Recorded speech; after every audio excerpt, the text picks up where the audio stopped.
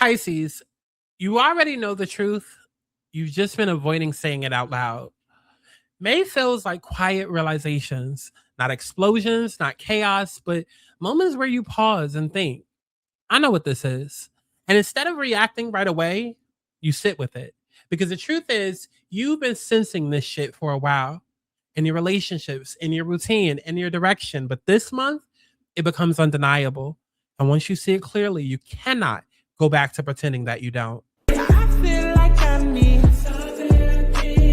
You tried to fight, but you my brain is racing for my heart is racing for clarity. Now, before we go deeper, my name is Scott Santana, better known as Aubrey, when I'm doing these more spiritual astrological readings. And I'm here to align you to your highest self, your highest timeline, and your highest potential using astrology and intuitive insight. And I need you to understand something clearly. This reading is based on your rising sign because your rising sign determines your houses. And that's how these transits actually show up in your real life. So this is going to be most accurate for my Pisces risings out there. If you're watching for your sun or your moon, you can still watch, but just know that it's not going to hit as specifically as your rising.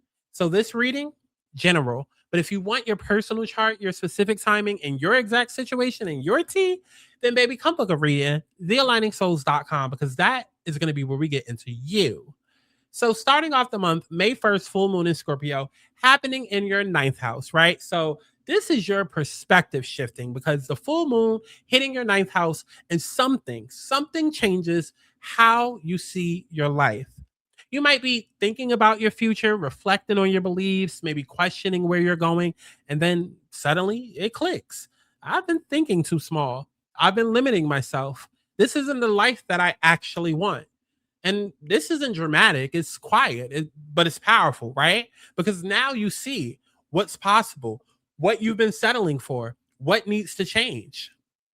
May 2nd, Mercury enters Taurus. Then your thoughts get louder, right? Because Mercury enters your third house, and now you're thinking more, analyzing more, processing everything. You might notice you can't stop thinking about certain things. Conversations are playing in your head, clarity forming in small moments. And this is where the truth starts organizing itself. Now, on May 6th, things get deeper because Pluto goes retrograde in your 12th house. And this is subconscious. This is hidden emotions, suppressed thoughts, things that you've been avoiding. And now they're all surfacing. You might feel emotional out of nowhere, reflective, drawn to solitude because your inner world is speaking and it's not whispering anymore. Now, on May 16th, new moon in Taurus. This is where you start speaking differently. This new moon lands in your third house, and now you're ready to express everything that you've been holding in. You might say something you've been thinking, communicate more honestly, set boundaries verbally, and it feels like relief because you're no longer holding everything inside. May 17th and 20th, Gemini activation in your fourth house. Now your focus shifts to your emotional foundation because your fourth house is going to activate. And now you're thinking about home, family, emotional security. You might feel, I need stability. I need peace. And this becomes important. On May 18th, Mars enters Taurus in your third house, and now your voice becomes action. Mars enters your third house, and now you're speaking up. And that can look like confronting someone, exposing and expressing how you feel, setting clear boundaries, which is very powerful. Because Pisces risings, y'all don't say everything, but now, guess what? You are.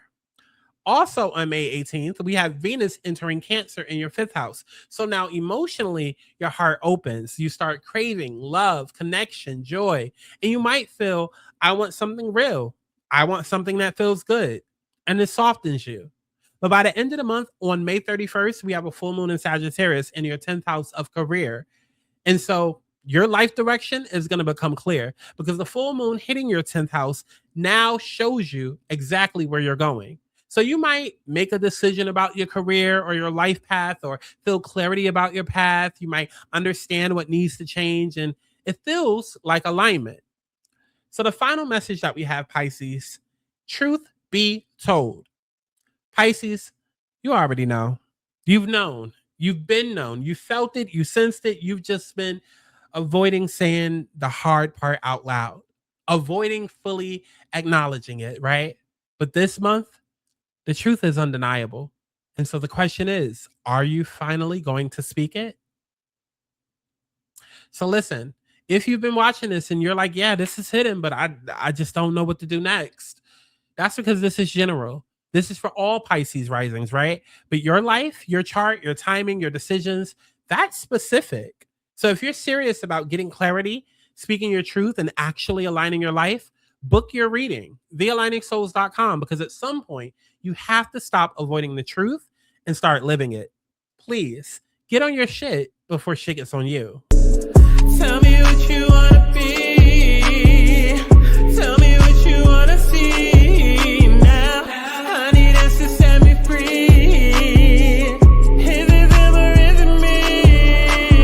I feel like I need some therapy. You tried to fight, but you can't escape me. My brain is racing for